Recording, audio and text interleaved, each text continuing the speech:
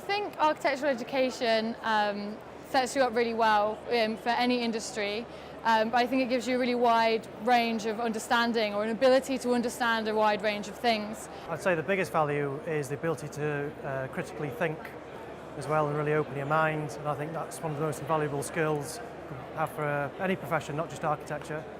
One would be the ability to design, the ability to illustrate your designs, but also to think about the social connotations of what you do, understand the historical context of what you do and the political climate of what you do. I think architecture just prepares you for so many things. You learn to think and solve problems in a way that not many other people get to do. You get to be creative and pragmatic all in the same kind of bubble, and I think whether you go into architecture or whether you don't, you come out as a really kind of valued and wanted employee.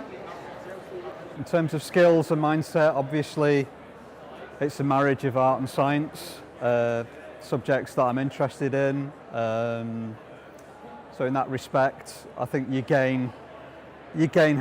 learn how to be an artist and a scientist at the same time, I think. Just a respect for people and their space, and respect for communities and what they want out of different buildings. You know, it's quite easy to impose a program onto people, but it's quite different to develop one with a community and generate something that's going to be an asset to them in the future.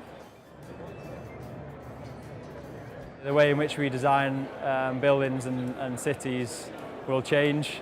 My practice in particular is quite interested in how we can integrate the intelligence building side of things and infrastructure in terms of the way cities connect. The industry really, the medium-sized practice will either be absorbed by the bigger corporate organisations or there'll be smaller niche practices. So I think either architects are going to really have to sort of diversify. I think they've been the sort of master of all trades for too long now, and that's not really representative of the industry anymore. I think it's definitely changing. I think that has got to change. For me personally, I don't think we can design from glass towers. I think we need to have a much stronger basis on who we're designing for and not the developer, which I realise is very difficult because we work in a service-driven industry. I think the future is going to be very different in the next 10 years and beyond. I think there's going to be a lot more artificial intelligence. There's going to be computers doing a lot more of what architects probably used to do. I still think it'll need the human touch in architecture, and I don't think that will ever go. I think there's been a bit of a dilution in the role of the architect in the recent past. I think we need to claw some of that back from like project managers and QSs and design and build contracts. We need to just take some power back because our skill set is so broad, and I think we're being underused and undervalued currently, and we've got so much to give, you know, as a profession. And I think we just need to get out there a bit more and make sure that like people are aware of what we can do for them from a huge project to a really small project. We talk about having a competency, and that competency needs to be able to kind of work at later stages as well as earlier stages, and it all needs to inform each other.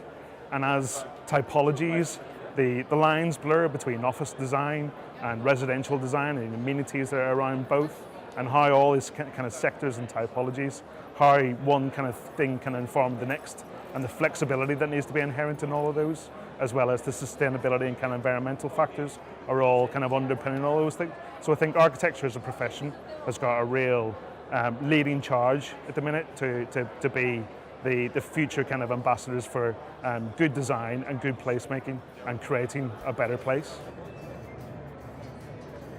Don't worry so much about what other people are doing and get caught up in what you think you should be doing, and just do what you want to do. Probably to have a bit more of a focus on what skills I could take into the workplace after university.